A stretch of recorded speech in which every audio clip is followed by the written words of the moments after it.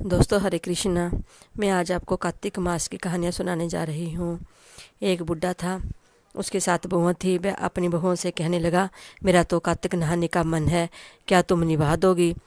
6 बहुओं ने तो मना कर दिया, पर बड़ी बहू ने कहा, पिताजी मैं निभा दूंगी, अब यहाँ पर आकर कार्तिक नहा लेना। बुढ़ा हर रोज़ सुबह उठकर नदी पर जाकर नहाता और धोती उनके आंगन में सुखा देता था। जैसे धोती में से पानी गिरता वैसे वैसे आंगन में हीरे मोती गिरते। यह देखकर 6 बहुआं कहने लगी, पिताजी आप हमारे यहाँ नहा लेना। जब बुढ़ा कहने लगा कि ठीक है, मुझे तो नहाना ही है, सो मैं तुम्हारे यहाँ नहा लूँगा।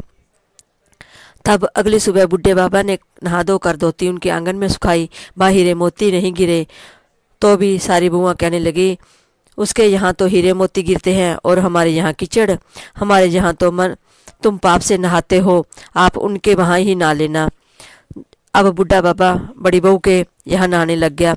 रोज सुबह धोती सुखाता तो हीरे मोती गिरते।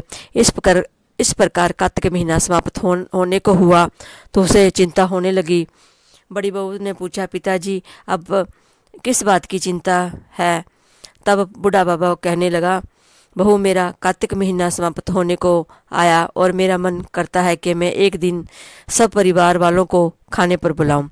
तब बहू बोली, इसमें चिंता की क्या बात है, आप सब परिवार वालों को खाने का न्योता दे आओ।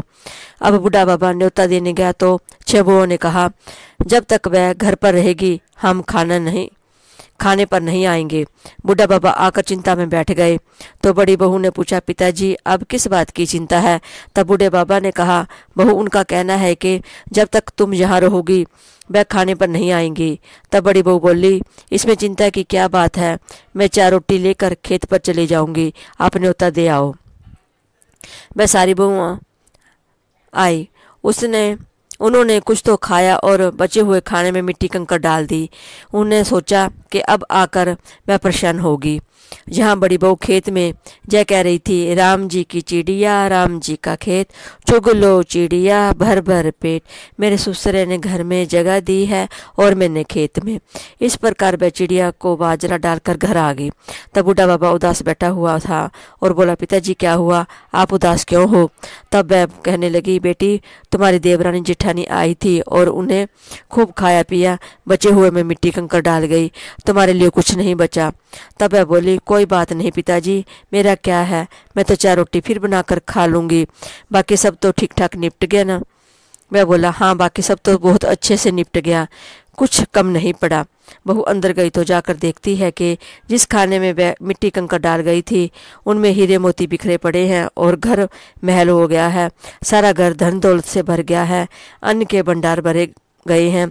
तब उसने ससुर जी से कहा, पिताजी आप तो कह रहे थे कि तुम्हारे लिए तो कुछ नहीं है, मेरा घर तो हीरे मोतियों से भर गया है, जहाँ देखूं वहाँ धन दौलत की वर्षा हो रही है, अन्न के भंडार भरे हुए हैं, घर महल बन गया है।